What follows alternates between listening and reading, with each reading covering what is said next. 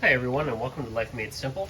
Today I'm doing a brake rotor and brake pad replacement on the front on our 2007 Honda Pilot. The old ones that we had, which are the MotoMaster OE Plus brand, which I can't stand and will no longer use, were warped already, and so you can feel the pulsating when you're driving, especially stopping at high speeds. As you can see, I've already replaced this one here, and this video is going to show you how I did that and replaced it with the PowerStop brand of rotors and brake pads.